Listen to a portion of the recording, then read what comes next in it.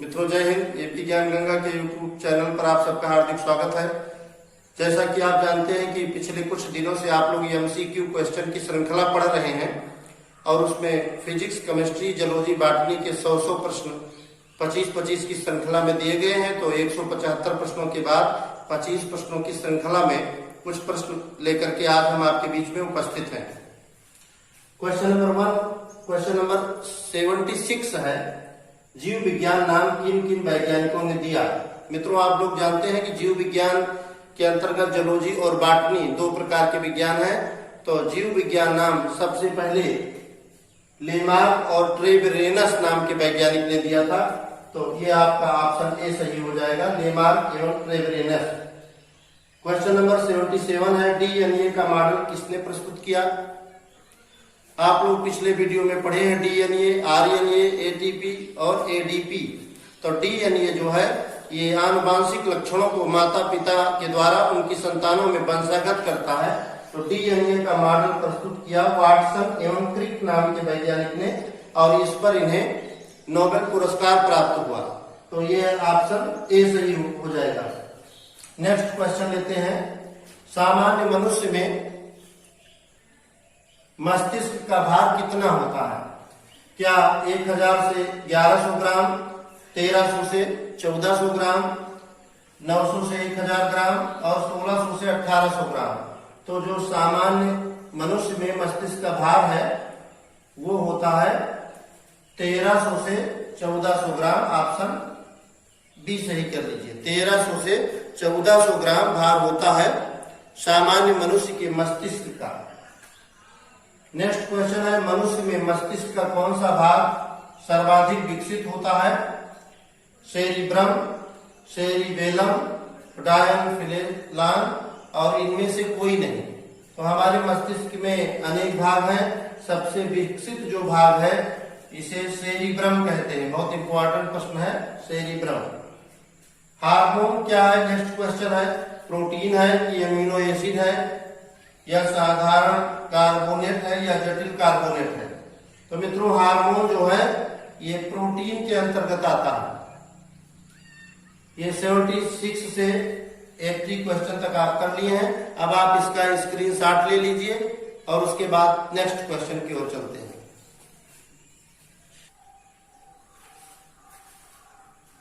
मित्रों question number 81 लेते हैं, किस हार्मोन की कमी से मधुमेह रोग होता है।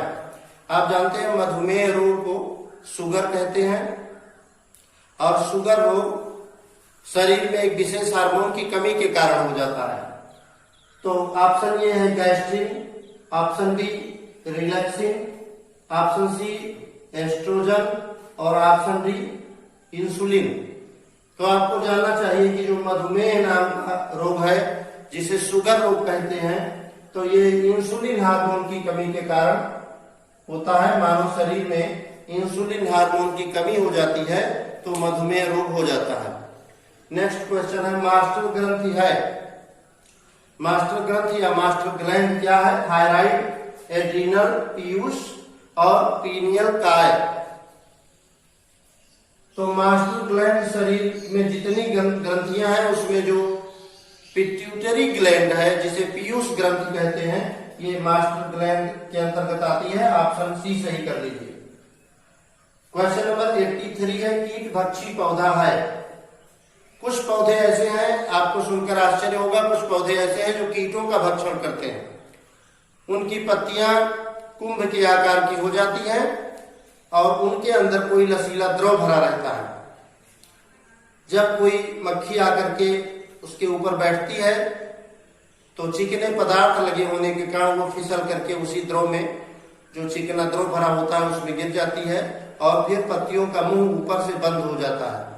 तो ऐसे पौधे कीटभक्षी पौधे कहे जाते हैं। इस प्रकार के पौधे राजस्थान या यूं कहिए कि जो है रेगिस्तानों में पाए जाते हैं जहां नाइट्रोजन तत्व की कमी होती है और वे पौधे इस तत्व की कमी को पूरा करने के लिए कीटों का भक्षण करते हैं।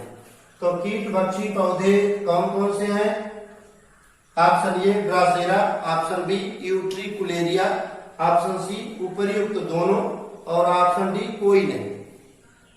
तो मित्रों ड्रासेरा कीटभक्षी पौधा है, ये ऑप्शन सही है। लेकिन परीक्षाओं में ये पूछा जाता है कि चारों विकल्पों में से सबसे उपयुक्त ऑप्शन को चुनिए। तो हमें चारों ऑप्शन पढ़ने चाहिए, हो सकता है जिससे और सटीक कोई ऑप्शन हमें प्राप्त हो जाए, तो हमें वही लिखना है। ड्रासेरा कीटभक्षी पौधा है। नेक्स्ट है यूट्रिकुलेरिया, ये भी कीटभक्षी पौधा है। तो जब दोनों कीटभक्षी पौधे हैं तो ऑप्शन सी सही हो जाएगा कि उपर्युक्त दोनों। क्वेश्चन नंबर 84, पुष्प के कितने भाग होते हैं? आप सब जानते हैं कि किसी भी पौधे का सबसे आकर्षित करने वाला, सबसे खूबसूरत भाग होता है फूल, जिसे फ्लावर या पुष्प कहते हैं। तो पुष्प के मुख्य 4 भाग हैं। एक है बाह्य दलपुंज, दलपुंज, पुंमंगिया पुंकेसर और जायांग या स्त्री केसर। तो ये परीक्षाओं में बड़ा ही महत्वपूर्ण प्रश्न है कि किसी पुष्प के कितने भाग होते हैं। पुष्प के 4 भाग होते हैं, बाह्य दलपुंज, दलपुंज, पुंमंगिया पुंकेसर और जायांग या स्त्री केसर। तो ये आपका सही हो जाएगा कि पुष्प के 4 मुख्य भाग होते हैं। ऑप्शन बी सही कर लेना है।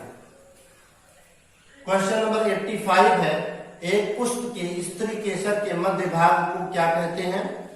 किसी भी पुष्प में जो जायांग या स्त्री केसर है, जिसे गायनोसियम कहते हैं, उसके 3 भाग हैं, स्टिग्मा, स्टाइल और ओवरी। सबसे ऊपर के भाग को वर्तिकाग्र कहते हैं, मध्य भाग को वर्तिका और नीचे के भाग को अंडाशय कहते हैं। तो पुष्प के स्त्री केसर के मध्य वाले भाग को हम कहते हैं वर्तिका। ये ऑप्शन भी सही हो जाएगा। क्वेश्चन नंबर 86 है, परागकोश में क्या होते हैं? तो मित्रों परागकोश में परागकण होते हैं, जैसा नाम से है परागकोश। तो परागकोश में परागकण पाए जाते हैं और परागकण हमारा है ऑप्शन डी में। गुणसूत्र किस प्रकार, किस पदार्थ के बने होते हैं? तो मित्रों गुणसूत्र क्या है कि प्रत्येक शरीर कोशिकाओं से मिलकर के बना होता है। जंतुओं में जंतु कोशिका होती है और पौधों में पादप कोशिका होती है। तो जंतु कोशिका और पादप कोशिका दोनों में एक कोशिकीय मुख्य अंग होता है, जिसे केंद्रक कहते हैं। केंद्रक के अंदर एक सूत्र नुमा रचना पड़ी होती है, धागे की नुमा रचना पड़ी होती है और इस रचना को कहते हैं गुणसूत्र। तो गुणसूत्र प्रश्न है कि किस पदार्थ के बने होते हैं? तो मित्रों गुणसूत्र बना होता है डीएनए और प्रोटीन का। डीएनए और प्रोटीन का गुणसूत्र बना होता है। अगर ऑप्शन में डीएनए है तो ये सही हो जाएगा, ऑप्शन में प्रोटीन है तो ये सही हो जाएगा। लेकिन यदि किसी ऑप्शन में डीएनए और प्रोटीन दोनों दिया है तो ये ऑप्शन सही माना जाएगा। तो ऑप्शन ये प्रोटीन, डीएनए और थर्ड ऑप्शन है डीएनए और प्रोटीन दोनों के, तो ये सही हो जाएगा। गुणसूत्र डीएनए और प्रोटीन के बने होते हैं। नेक्स्ट है, मेंडल ने कितने आनुवांशिक नियम दिए हैं? मित्रों आप जानते हैं कि मेंडल ने मटर के पौधे पर अपना प्रयोग किया। मटर के पौधे पर प्रयोग करके आनुवांशिकता के नियमों को दिया और उन्होंने कुल मिलाकर के 3 नियम प्रतिपादित किए।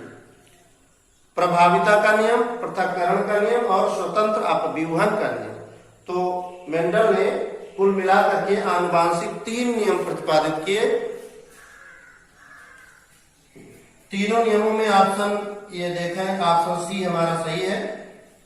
आप लोगों ने आज समय कम होने के कारण ये क्वेश्चन नंबर 76 से क्वेश्चन नंबर 88 हल किया और शीघ्र ही 89 से और 100 तक के क्वेश्चन अपलोड किए जाएंगे। आप लोग इसका स्क्रीनशॉट ले लीजिए।